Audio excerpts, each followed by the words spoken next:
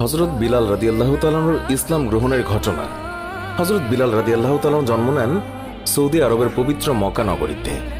জাতিতে তিনি একজন আফ্রো আরব। পিতার নাম রাবাহ আর মায়ের নাম হামামা। তার পিতা একজন কৃতদাস হলেও মা হামামা ছিলেন শাহজাদি। শাহজাদি কেমন করে গোলামের স্ত্রী হলেন সেটা জানতে হলে আমাদেরকে একটু পেছনে ফিরে যেতে হবে। মধুর আজানের ধ্বনিতে সমগ্র ধর্মপ্রাণ মুসলিমদের হৃদয়ে আকুল হয়। যে মানুষটি সর্বপ্রথম এই পবিত্র আজান কণ্ঠে ধারণ করেছিলেন তার নাম হযরত বিলাল রাদিয়াল্লাহু তাআলা আনহু, ইসলামের প্রথম মুয়াজ্জিন। আজ আমরা তার জীবন কাহিনী জানব ইসলামের জন্য আমৃত্যু লড়াই করে যাওয়া এক সাহসী যোদ্ধার কথা।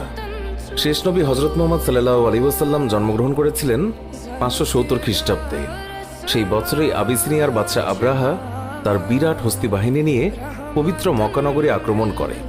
হস্তি বাহিনীর ভয়ে আরবরা ভয়ে আতঙ্কিত হলেও আল্লাহর ঘর রক্ষার ব্যবস্থা করলেন আল্লাহ তাআলা নিজেই। হস্তি বাহিনী সহ আব্রাহা পরাস্ত হল। এই ঘটনার কথা মুসলমানদের পবিত্র ধর্মগ্রন্থ পবিত্র কোরআন শরীফে সূরা ফিলে উল্লেখ করা আছে। আরবি ফিল শব্দের অর্থ হল হাতি। যুদ্ধে পরাজিত হয়ে আব্রাহার সমস্ত বাহিনী পালিয়ে গেল। যারা পালাতে পারল না তারা আরবদের হাতে বন্দী হল।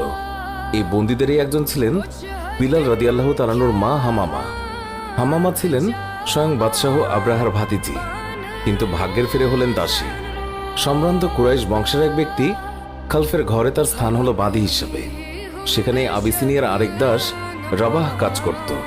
তাদের বিয়ে হয় এবং তাদের ঘরেই জন্ম নেয় ইসলামের একনিষ্ঠ কাণ্ডারি হযরত বিলাল রাদিয়াল্লাহু তাআলা আনহু। হযরত বিলাল রাদিয়াল্লাহু তাআলার চেহারা মুবারকের যেই বর্ণনা পাওয়া যায়, একজন আফ্রো আরব হিসেবে তার গায়ের রং ছিল কালো, দেহের গঠন ছিল লম্বা, মাথায় ঘন কালো চুলে তিনি লাল খিজাব ব্যবহার করতেন। বাবা মায়ের স্নেহের ছায়ায় শিশু বিলাল তিনি বড় হচ্ছিলেন। হঠাৎ করে বিলালকে এতিম করে তার মা বাবা পাড়ি জমান না ফেরার দেশে। এর আগে বিলালকে রেখে যান মনিফ খালফের কাছে। একজন কৃতদাসের ছেলে হিসেবে তাকেও কৃতদাস হতে হলো। বিলাল সেইভাবেই চলছিলেন। একদিন মারা গেলেন খালফ। মনিফ হলেন খালফের পুত্র উমাইয়া। উমাইয়া ছিলেন নির্মম। বিলালের উপর নেমে আসলো এক অকথ্য নির্যাতন। কিশোর বিলালের কাজে এতটুকু ভুল ত্রুটি পেলেই তাকে অমানবিক নির্যাতন চালাতো উমাইয়া। জুলুম আর অত্যাচারের মাত্রা বেড়ে গেল আম্মারও। তারই মতো একজন হতভাগ্য কৃতদাস আম্মার পরে নবী সাল্লাল্লাহু আলাইহি ওয়াসাল্লামের সাহাবাদের একজন হয়ে ওঠেন এবং তার হাতে স্থাপিত হয় ইসলামের প্রথম মসজিদের ভিত্তিপ্রস্তর। আম্মারের কাছে বিলাল রাদিয়াল্লাহু তাআলা শুনলেন মহানবী সাল্লাল্লাহু আলাইহি ওয়াসাল্লামের নাম। দুজনেই সিদ্ধান্ত নিলেন ইসলাম গ্রহণ করবেন। একসময় সেটি করেও ফেললেন। বিলাল রাদিয়াল্লাহু তাআলার ইসলাম গ্রহণের খবর আর চাপা রইল না। মনিব উমাইয়া এবার হাজার গুণ ক্ষিপ্ত হলেন। বিলালের উপরে সে অত্যাচারের মাত্রা আরো চরমে পৌঁছালো। তাকে বলা হলো জন্তুর মতো চার পায়ে চলাফেরা করার জন্য। আদেশ অমান্য করলেই শাস্তি। কখনো বা বিলালের গলায় দড়ি বেঁধে ছেলেদের হাতে তুলে দেন। ছেলেরা তাকে মক্কার রাস্তায় টেনে হিঁচড়ে যেখানে সেখানে নিয়ে যায়। অজ্ঞান হয়ে যায় বিলাল। উমাইয়া বিলালকে লোভ দেখান ইসলাম ত্যাগ করলেই উঠিয়ে নেবেন শাস্তি, নতুবা মাত্রা আরো বাড়বে। কিন্তু বিলাল তার আদর্শ থেকে সরেন না এক চুলো। প্রাণের চেয়েও যে আদর্শ বড়। ফলাফলে আরও খেপে যান উমাইয়া। নির্যাতন ক্রমে বেড়েই চলল। এবার বিলালের বুকে ভারী পাথর চাপিয়ে তাকে মরুভূমির অগ্নিতপ্ত বালুর উপরে চিৎ করে শুইয়ে রাখা হলো। বন্ধ করা হলো খাবার। চাবুকের আঘাতে আঘাতে তাকে জর্জরিত করা হলো। ক্ষত বিক্ষত দেহে ছড়িয়ে দেওয়া হলো লবণ। কখনো বা চুবিয়ে রাখা হলো পানিতে। অসহ্য যন্ত্রণায় কাতর হয়েও নিজের আদর্শকে অস্বীকার করলেন না একটিবারের জন্যও। মনে মনে শুধু আল্লাহর কাছে প্রার্থনা করে যান একদিন নিশ্চয়ই এই যন্ত্রণার অবসান হবে। বিলালের উপরে এই ভয়ঙ্কর নির্যাতনের খবর গেল নবীজি সাল্লাল্লাহু আলাইহি ওয়াসাল্লামের কাছেও। কেঁদে উঠল তার অন্তর। ভাবতে লাগলেন যে কি করা যায়। সাহাবীদের সাথে আলোচনা করলেন। হযরত আবু বকর সিদ্দিক রাদিয়াল্লাহু তাআলা আনহু নবীজিকে বললেন, যেমন করেই হোক আমি হযরত বিলাল রাদিয়াল্লাহু তাআলা আনহুকে মুক্ত করে আনবই ইনশাআল্লাহ, যত টাকা লাগে লাগুক। আবু বকর গেলেন উমাইয়ার কাছে, কিন্তু উমাইয়া জানতেন আবু বকর ইসলাম গ্রহণ করেছেন। তিনি বুঝতে পারলেন আবু বকর বিলালকে ক্রয় করে মুক্ত করে দেবেন। তাই তিনি আবু বকরের প্রস্তাবে রাজি হলেন না। হতাশ মনে ফিরে এলেন আবু বকর। এবার এগিয়ে এলেন নবীর চাচা হযরত আব্বাস রাদিয়াল্লাহু তাআলা আনহু। তিনি বললেন, আমি যেহেতু এখনো ইসলাম গ্রহণ করিনি, তাই উমাইয়া আমার কাছে বিলালকে বিক্রি করতেও পারে। আর হলোও তাই। উমাইয়া রাজি হলো, তবে অর্থ নয়, তাকে গোলামের বদলে গোলাম দিতে হবে। তাই সে পেল। এই প্রথম মুক্তির স্বাদ পেলেন বিলাল রাদিয়াল্লাহু তাআলা আনহু। রাসূলুল্লাহ সাল্লাল্লাহু আলাইহি ওয়াসাল্লামের সহচর্যে তার জীবন একেবারে বদলে গেল নতুন করে। বিলাল রাদিয়াল্লাহু তাআলা আনহু যখন ইসলাম গ্রহণ করেন, তৎকালীন ইসলাম অনুসারীর সংখ্যা ছিল হাতে গোনা 10-12 জন। প্রায় আক্রমণ চলত তাদের উপরে। তাই নবীজি সাল্লাল্লাহু আলাইহি ওয়াসাল্লাম আদেশ দিলেন আবিসিনিয়ায় হিজরতের। সবাই বিলালকে অনুরোধ করল তাদের সাথে যাওয়ার জন্য, কিন্তু প্রাণের নবীকে ছেড়ে বিলাল কোথাও গেলেন না। এর কিছুদিন পর নবীর আদেশে বাধ্য হয়ে মদিনায় হিজরত করলেন।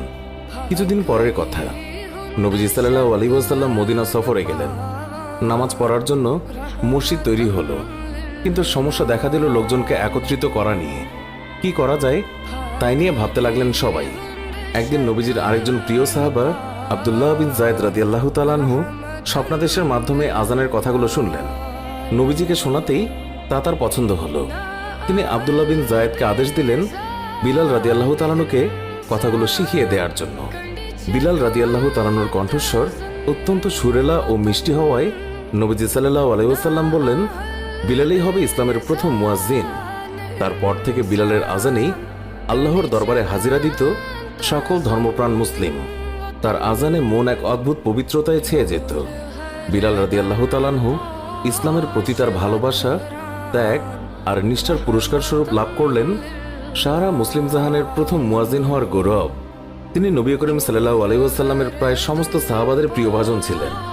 নবীজিকে তিনি প্রাণের চেয়েও বেশি ভালোবেসেছেন। একসময় অসুস্থ হয়ে নবীজি সাল্লাল্লাহু আলাইহি ওয়াসাল্লাম ইন্তেকাল করলেন। শোকে বিহবল বিলাল রাদিয়াল্লাহু তাআলা আনহু মদিনা ছেড়ে চলে যেতে চাইলেন, কিন্তু খলিফা আবু বকর রাদিয়াল্লাহু তাআলা আনহুর অনুরোধে মদিনায় থেকে গেলেও রাসূলুল্লাহ সাল্লাল্লাহু আলাইহি ওয়াসাল্লামের মৃত্যুর পর যত দিন বেঁচে ছিলেন তার মুখে কোনো হাসি ছিল না। বন্ধ করে দিলেন আজান দেয়া। সিরিয়ার যুদ্ধের সময় সেখানে পাড়ি জমালেন। বীরত্বের সাথে অংশ নিয়েছিলেন জিহাদে। ভাগ্যের এমনই লীলা খেলা যে উমাইয়ার হাতে বিলালকে দিনের পর দিন অকথ্য অত্যাচার সহ্য করতে হয়েছে। সেই উমাইয়ার মৃত্যু হল বিলাল রাদিয়াল্লাহু তাআলা আনহুর হাতেই। লোকে তার সুমধুর কণ্ঠের আজান শুনতে চাইত, কিন্তু তিনি রাজি হতেন না। শেষমেশ খলিফার অনুরোধ রাখতে গিয়ে রাজি হলেন ঠিকই, কিন্তু সম্পূর্ণ আজান শেষ করার সাথেই তিনি বেহুশ হয়ে গেলেন। তারপর তার আজান দেয়া একেবারে বন্ধ হয়ে গেল। যেখানে তার প্রাণের নবীজিই নেই, সেখানে তিনি কেমন করে আজান দেবেন?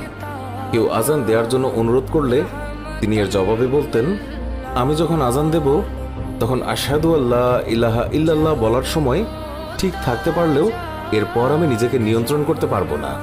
আশহাদু আন্না মুহাম্মাদুর রাসূলুল্লাহ বলার সময় মসজিদের মিম্বরের দিকে তাকালে মহানবী সাল্লাল্লাহু আলাইহি ওয়াসাল্লামকে দেখব না, তখন সহ্য করা আমার পক্ষে সম্ভব নয়। তবু সাহাবীরা তাকে অনুরোধ করল, কিন্তু বিলাল রাদিয়াল্লাহু তাআলা আনহু আগের মতোই নিশ্চল। এবার সাহাবীরা অন্য এক উপায় বের করল। নবীজির দুই দৌহিত্র হযরত হাসান রাদিয়াল্লাহু তাআলা আনহু এবং হযরত হুসাইন রাদিয়াল্লাহু তাআলা আনহুকে ধরলেন বিলালকে আজান দিতে অনুরোধ করার জন্য। আর তাদের এই অনুরোধ বিলাল ফেলতে পারলেন না। এই ছিল তার শেষ আজান। আর সেই আজান তিনি শেষ করতেই পারেননি। আজানের মাঝেই তিনি অজ্ঞান হয়ে যান। এরপর মদিনা ছেড়ে তিনি চলে গেলেন সিরিয়ায়। রাসূলুল্লাহ সাল্লাল্লাহু আলাইহি ওয়াসাল্লামকে ছাড়া তার জীবন অসহনীয় হয়ে উঠেছিল। একসময় চিরবিদায়ের ডাক এলো। দমেস্কের ফাওলান নামক স্থানে 641 খ্রিস্টাব্দে মৃত্যুবরণ করলেন ইসলামের প্রথম মুয়াজ্জিন হযরত বিলাল রাদিয়াল্লাহু তাআলা আনহু। তাকে দাফন করা হলো ফাওলানের বাবুর সেগির গোরস্থানে। আল্লাহর রাস্তা আর নিজের আদর্শের জন্য আমরণ লড়াই করে যাওয়া সেই অকুতভয় বীর সৈনিক আজও সেখানে চিরনিদ্রায় শায়িত আছেন। যতদিন এই আজানের ধ্বনি বাজবে ততদিন তিনিও বেঁচে থাকবেন মানুষের অন্তরে। প্রিয় দর্শক, এর সাথেই শেষ হচ্ছে আমাদের আজকের ভিডিওটি ভালো লাগলে লাইক দিন আর আমাদের অন্য ভিডিওগুলোও দেখুন।